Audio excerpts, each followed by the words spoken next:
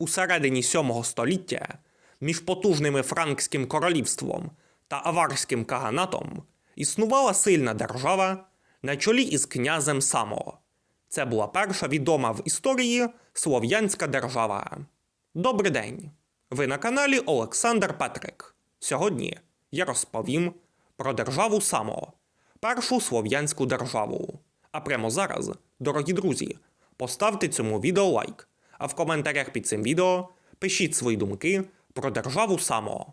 На початку 7 століття слов'янські племена, які мешкали на території сучасних Чехії, Словаччини і частково Німеччини та Австрії, чехи, морави, словаки, лужичани і хорутани, опинилися у дуже складному становищі, бо із південного сходу на них нападали кочівники-авари, а із заходу слов'янам загрожували франки. У 623 році слов'яни повстали проти аварських завойовників. На чолі цього повстання стояв Само.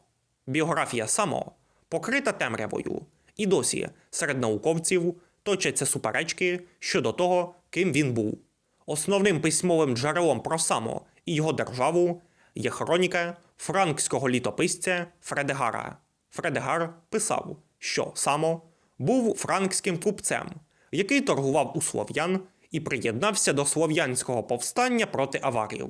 Однак чеські науковці вважають, що Само був слов'янином. Українські історики теж вважають його слов'янським князем Самославом. Фінський філолог Міккола вважає, що Само мав галло-римське походження.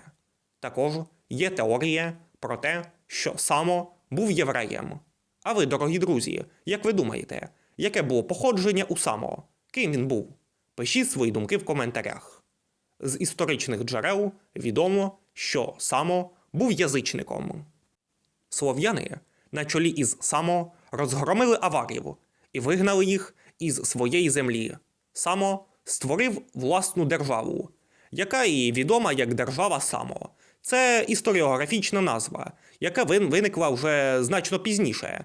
Ми насправді не знаємо, як мешканці цієї держави самі себе називали, і чи вони взагалі вважали, що їхнє утворення є державою.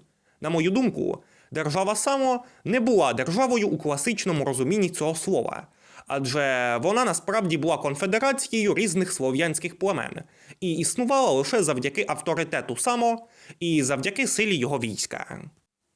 Тільки-но слов'яни перемогли аварів, як із заходу, на них напали франки. Франкський король Дагоберт І у союзі із лангобардами напав на державу Само. Вирішальна битва сталася у 631 році біля слов'янської фортеці, яку Фредегар називає Вогатісбург. Подробиці цієї битви невідомі. Так само і невідомо, де стояв цей Вогатісбург. Відомо лише, що в цій битві слов'яни здобули рішучу перемогу і дощенту розгромили франків. Після цієї перемоги слов'яни почали здійснювати масштабні набіги на землі франків. В подальшому Само не раз завдавав поразок франкам. Само мав 12 дружин, які народили йому 22 синів і 15 доньок. Однак, коли Само помер близько 658 року, ніхто із його дітей не успадкував владу, і держава Само припинила своє існування.